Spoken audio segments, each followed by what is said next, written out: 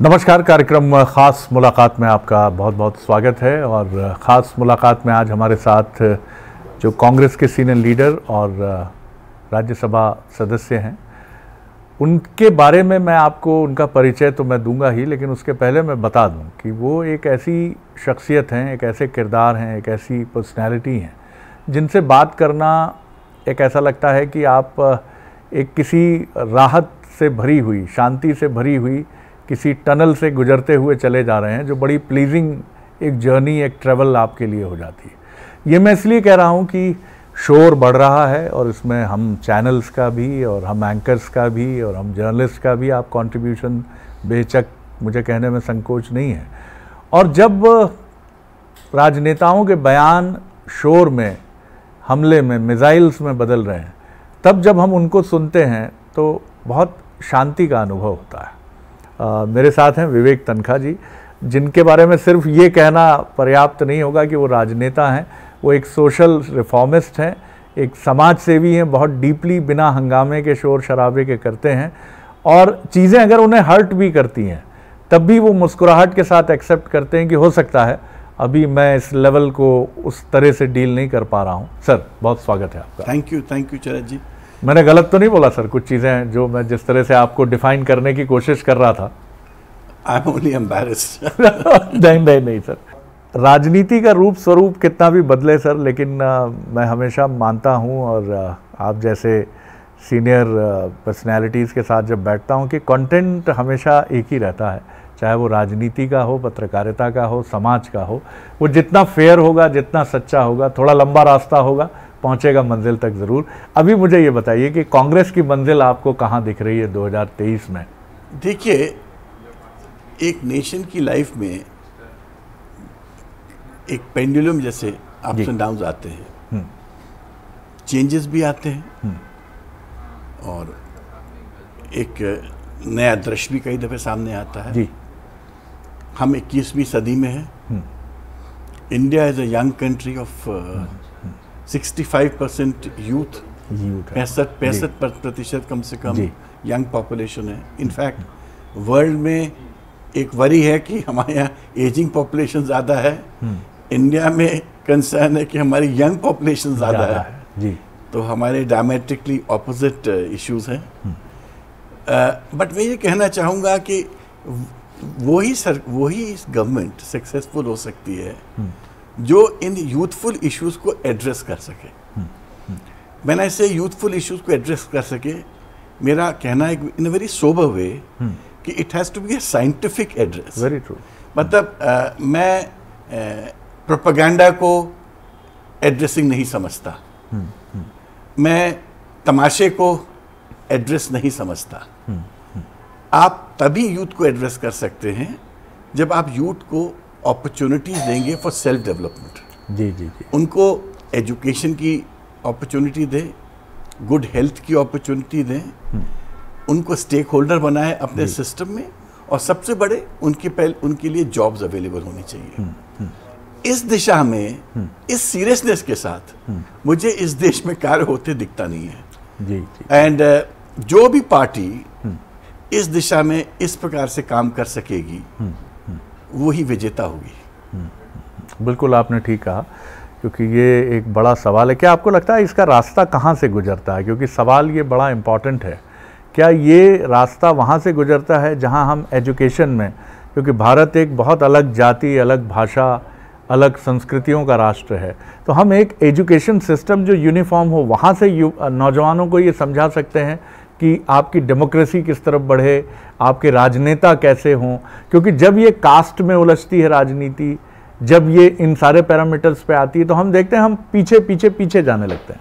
एक किसी भी कंट्री का एक बहुत बड़ा इंडिकेटर होता है कि वहाँ की रीजनलिज्म,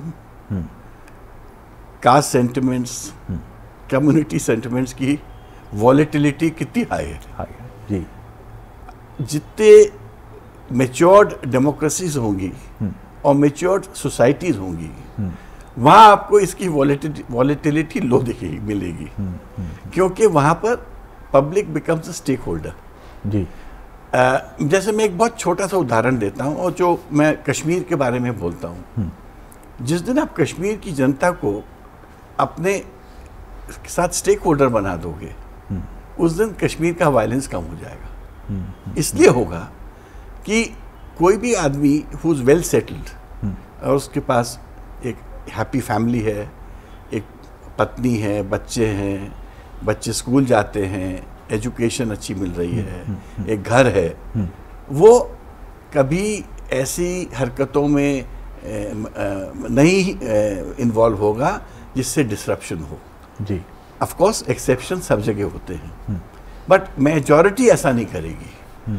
तो हमको ऐसी सोसाइटी क्रिएट करनी चाहिए जहां डिसरप्शन लीस्ट हो। बिल्कुल ठीक है। और problem with the current political system is कि हम कॉम्पीट कर रहे हैं डिसरप्शन में। ठीक बात। मैंने ऐसे disruption, I don't mean violence, I also mean disruption of thoughts.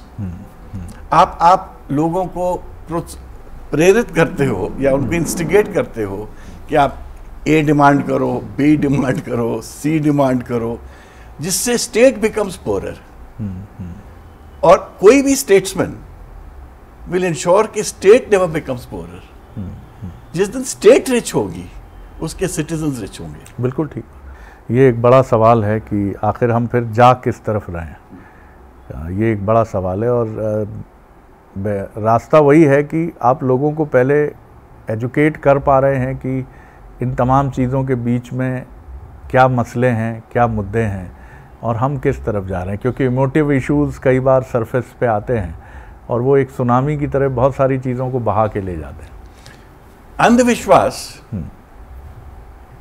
Is something जो एक साइंटिफिक सोसाइटी का कभी पार्ट नहीं हो सकता। जी, विश्वास तो होना चाहिए, अंधविश्वास नहीं होना चाहिए। ठीक बात है।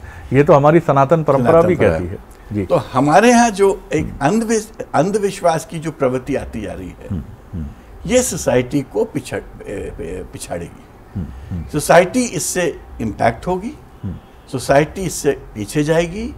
और जो लोगों को अपना ताकत या अपना संबल एक एजुकेशन कहिए या एक सिविक सेंस के साथ आगे बढ़ने में लगाना चाहिए, अगर वो अंधविश्वासी चीज़ों की तरफ चले जाते हैं तो प्रॉब्लम वहीं से स्टार्ट होती है कि how do you think the society will change. जी, जी। अगर आप विमेन राइट्स की बात करते हो, can you talk of women rights in a society which is not willing to look at women? जी, बिल्कुल। ईरान में क्या हो रहा ठीक बात है, जहाँ पर आप अगर विमेन कहती हैं कि हमको फ्रीडम चाहिए, हमको लिबर्टी चाहिए, we want to wear clothes that we like, आप कहते हो नहीं, आपको इसके लिए जेल मिलेगी, आपको इसके लिए गोली खानी पड़ेगी। तो मैं कह रहा हूं कि जो आज एक विश्व का जो दृश्य है और उस विश्व दृश्य में जब हम ये इम्बैलेंसेस देख रहे हैं, तो मैं ये 21st सेंचुरी का ये एक नया टर्मोइल अनुभव कर रहा हूँ। इंडिया को भी मैं उससे अछूता नहीं मानता। देखिए, कितनी भी आप मल्टी ट्रिलियन इकोनॉमी की बात कर लें, कितने भी लैक्स जॉब्स की बात कर लें, कितने भी लाख फॉरेन इनडायरेक्ट इन्वेस्टमेंट की आप बात कर लें, जी, जब तक आपकी सोसाइटी में स्टेबिलिटी नहीं है, जब तक सोसाइटी में भाईचारा नहीं है, और जब तक स्टेट स्पॉन्सर्ड इंस्टिगेशन या स्टेट का एक एब्सेंस ऑफ स्टॉपिंग वायलेंस जी नहीं दिखता, तो ऑलवेज सोसाइटी जो रहेगी अनस्टेबल रहेगी। ये तो मेरे को प्रॉब्लम यही दिख रही है इस देश में कि जो जो फ्रीडम फाइटर्स ने जिन्होंने सफ़र किया था, जिन्हें देश की वो हालत देखी थी जो आज हम सपना भी कल्पना भी नहीं कर सकते जी। तो वो जो हालत है हमने तो देखी नहीं, जिन्होंने देखी उसको समझा, परखा और देश को चलाया। अब जो नई एक हुकूमत है और जो नया तरीका है, मैं इस तरीके को सोचता हूं कि इनको बदलना पड़ेगा अगर ये चाहते हैं कि इस देश की प्रगति उस तरह से हो जैसे ये चाहते हैं। जितनी बातें आपने कही ये बड़ी गहरी बातें हैं। कांग्रेस के लिए इसमें क्या मैसेज है? मैं फिर अपने मूल सवाल पर आता हूं। कांग्रेस के लिए आगे का रास्ता आप क्या देखते हैं? मध्य प्रदेश भी शामिल कर रहा हूं इसमें मैं, और राष्ट्रीय परिप्रेक्ष्य कॉन्टेक्स्ट भी मैं शामिल कर रहा हूँ, क्योंकि जब आप ये बात करते हैं तो 135 साल पुरानी पार्टी की फ़िलॉसफी की बात करते हैं, और वो शायद कांग्रेस के तमाम थिंकर्स, फिलोसोफर्स और लीडर्स के दिमाग में है। लेकिन राजनीति का स्वरूप बदला है, ग्लोबल सिनेरियो बदला है। इसमें क्या कांग्रेस बदलने से अब ठिठक रही है, या आपको लग रहा है कि वो उसमें शामिल हो रही है? देखिए, कांग्रेस के पास भी विकल्प नहीं है बट टू चेंज, क्योंकि change is the order of time. जैसे जैसे सोसाइटी बदलती है, जैसे जैसे सोसाइटी की सोच बदलती है, जैसे जैसे टेक्नोलॉजी बदलती है, चेंज तो इनएविटेबल है। और आई डोंट सी कि अगर कांग्रेस अगर चेंज का पार्ट नहीं रहेगी तो Congress will be less competitive. ठीक बात है। तो if you want to remain competitive you have to be part of change, but more than that मेरी ये एडवाइस हर पॉलिटिकल पार्टी के लिए है।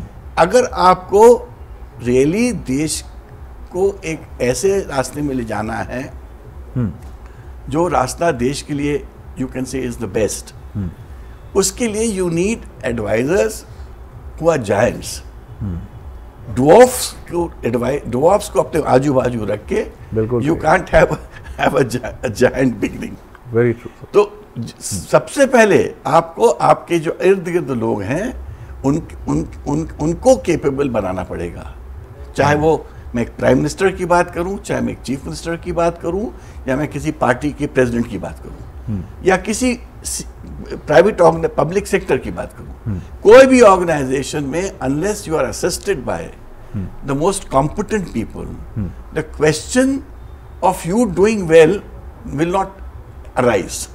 क्योंकि इट्स द कॉम्पिटेंट एडवाइस, जो आपको कॉम्पिटेंट एडवाइस मिलती है from different directions of experts, जो भी एक्सपर्ट्स आपके साथ रहते हैं, जो भी अपने फील्ड में बेस्ट लोग हैं, तो वो ही आपको इस बड़े देश में एक रास्ता दिखा सकते हैं which is the best for the society. आप ठीक कहते हैं ये बात, क्योंकि मैं समझता हूँ कि कांग्रेस का सत्ता में जो बहुत लंबी भागीदारी रही, बेशक उसके पास ऐसे लोग कैपेबल रहे जो एडवाइज़र्स बहुत अच्छे रहे, और उन्होंने अपनी बात कही और ख़ुद अपने लिए स्पेस ढूंढने के बजाय कैपेबल लीडरशिप को आगे बढ़ाया। और शायद अभी बीजेपी का उत्थान का समय है, तो उनके पास कुछ इस तरह के लोग होंगे। BJP in fact is a new party, इसलिए वो टैलेंट हंट पे है। बहुत बहुत अच्छी बात कही। और टैलेंट हंट में उनका एक फैसेट ये है कि वो दूसरी पार्टी के टैलेंट को अपना पार्टी में लाना चाहते हैं।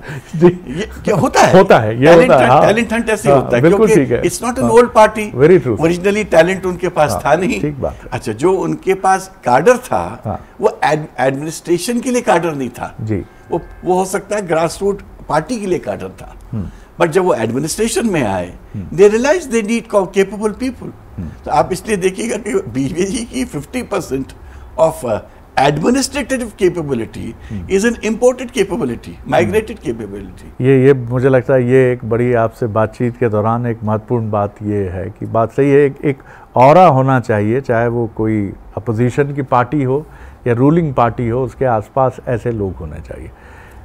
मध्य प्रदेश में कमलनाथ जी के पास और केंद्र में राहुल जी के पास आपने ऐसे लोग देखे? अभी बदल रही हैं चीज़ें? ये दोनों एजुकेटेड लोग हैं जी, और दोनों लोग अपने स्तर पे प्रयास करते हैं to invite good people. Kamalnath ji is a very successful man in his own right. Parliamentarian वो बहुत सक्सेसफुल थे, इंडस्ट्रियलिस्ट भी बहुत सक्सेसफुल थे, और उन्होंने कई गवर्नमेंट्स को चलाया है। ऑफ कोर्स लास्ट गवर्नमेंट को वो नहीं बचा पाए, वो एक अलग स्टोरी है, बट उन्होंने अदरवाइज सेंटर में कई गवर्नमेंट्स को चलाया है। तो he is a very capable man in that sense. Rahul ji के बारे में जब मेरे से किसी ने पूछा कि how can you have two leaders in a party, मैंने कहा बहुत सिंपल है। क्या बीजेपी में अडवाणी जी पार्टी प्रेसिडेंट नहीं थे और वाजपेयी जी फेस नहीं थे? तो you can have multiple leaders in a party. कोई लीडर पार्टी प्रेसिडेंट होता है, कोई फेस होता है, कोई कैंपेनर होता है, कोई ऑर्गेनाइजर होता है। तो मैं तो इस पे बिलीव करता हूं कि हर पार्टी में there should be more than one leaders. Rahul ji की यात्रा का आप भी हिस्सा रहे, क्या बदलते देखा आपने कांग्रेस के लिए भी और राहुल गांधी जी की पर्सनैलिटी में भी? मैंने तो राहुल जी को बदलते देखा। जी। मैंने राहुल जी का जो जो जो 4000 किलोमीटर का एक्सपीरियंस था और जो लाखों लोगों से वो मिले, उससे मेरे को तो एक नया राहुल दिखता है। जिस प्रकार से उसने पार्लियामेंट में हमने अपनी स्पीच दी, जिस सूझबूझ से स्पीच थी, जो उनकी स्पीच की प्रिपरेशन थी और कंटेंट थी, उससे पब्लिक प्रभावित हुई। कई लोगों ने मुझे ये बात बोली कि हमको राहुल जी की पार्लियामेंट्री स्पीच बहुत पसंद आई। ऑफ कोर्स स्पीकर ने उसको एक्सपंज किया, उसके बहुत सारे, वो एक अलग डिबेटेबल इशू है कि एक्सपंज होना चाहिए था कि नहीं होना चाहिए था। And in democracy prime minister को भी अपने विरुद्ध एलिगेशन सुनने चाहिए और उससे भागने की कोशिश नहीं करनी चाहिए, क्योंकि उसी से आप अपना इम्प्रूवमेंट ला सकते हो जी। तो राहुल जी को मैंने एक नया रूप देखा है, और बट एज आई सेड, इसके बाद पार्टी को भी अपना एक नया रूप देना पड़ेगा। ये बड़ी इंपॉर्टेंट बात आप कह रहे हैं, और राहुल जी के बारे में जो बात आपने कही वो खुद राहुल जी भी कह रहे हैं। ये बड़ी दिलचस्प बात है कि मैं वो राहुल नहीं हूँ जो पहले था। हाँ, कहते हैं हाँ कि मैं, आप उसको मत ढूंढो, वो राहुल जा चुका है, वो राहुल खत्म हो गया, खत्म हो चुका। अभी एक नया राहुल है। तो ये एक बड़ी उम्मीद की बात है कांग्रेस के लिए। मध्य प्रदेश में कितना कुछ नया आप देख रहे हैं, क्योंकि मुझे याद है पिछले इंटरव्यूज आपके, जो हमसे बात हुई आपकी, आपने कहा कि नए नैरेटिव की जरूरत होती है। ये मैं आज भी कह रहा हूं जी। लीडर जो भी रहे, party has to come with a new narrative. अगर शिवराज जी ये सोचते हैं कि उनके 20 साल का नैरेटिव उनको 5th टर्म देगा, तो मुझे डाउट है, क्योंकि आज तक हिस्ट्री ने कभी ये चीज दिखाई नहीं है। शीला जी ने बहुत अच्छा काम किया था दिल्ली में। अगर दिल्ली के डेवलपमेंट की आप बात करें तो लोग शीला दीक्षित जी से रिलेट करते थे, पर 3 टर्म के बाद उनको 4th टर्म दिल्ली की पब्लिक ने नहीं दिया। इसीलिए मुझे लगता है कि शिवराज जी को इस इलेक्शन में कठिनाई होगी। जहां तक कमलनाथ जी का सवाल है, कमलनाथ जी को भी वो खुद समझते हैं, खुद बहुत सीनियर पॉलिटिशियन है, कि उनको भी बहुत यूथ और न्यूनेस इस इलेक्शन में इंट्रोड्यूस करना चाहिए और लाइक करेंगे भी वो, आई एम श्योर। इसलिए कि जिस देश में 65% पॉपुलेशन अगर यूथफुल है, तो उसमें अगर आप, if you have an old party candidature, it won't work. Status को से कभी चेंज नहीं आता है। जो लोग स्टेटस को ब्रेक कर सकते हैं, वही चेंज ला सकते हैं। ये एक बड़ी महत्वपूर्ण बात है कांग्रेस के लीडर्स के लिए और रैंक एंड फाइल के लिए, कि यथास्थितिवाद, स्टेटस को कभी परिवर्तन का कारण नहीं बनता। हमेशा एक न्यूनेस, एक नई बात और नया नैरेटिव परिवर्तन करता है। यह आपने एक बड़ी उम्मीद की बात की। तो इस बार का आप मानते हैं कि इलेक्शन बहुत ही दिलचस्प होगा? It will be a good fight, and दोनों पार्टी गेयर अप होंगी। बट आई थिंक क्योंकि ये बीजेपी के 4 टर्म्स कंप्लीट हो चुके हैं, एंड इनका 5th टर्म का ये प्रयास होगा, तो BJP will be in some disadvantage. अच्छा, ये आप देखते हैं। तो एक लास्ट शेर मैं अपने राजनीतिक दोस्तों के लिए बोलना चाहूँगा, क्योंकि बहुत ओवर एस्टिमेटेड ओपिनियन से वो लोग चलते हैं कि शोहरत की बुलंदी भी पल भर का तमाशा है। शोहरत की बुलंदी भी पल भर का तमाशा है, जिस शाख पे बैठे हो वो टूट भी सकती है। तो मैं तो चाहूंगा कि सब लोगों को ये समझना चाहिए कि हर चीज एक डेस्टिनी है। जब तक गॉड विल्स, आप वहां पर हो। जिस दिन आपकी डेस्टिनी चेंज हो जाएगी, आप भी उसी जगह पहुंच जाओगे जहां सब खड़े हैं। ठीक बात है। ये एक ट्रू है, एक सच्चाई है, जिसको आप एक्सेप्ट करें ना करें, लेकिन ये हकीकत है। सर, बहुत शुक्रिया, आपसे बात करके बहुत अच्छा लगा।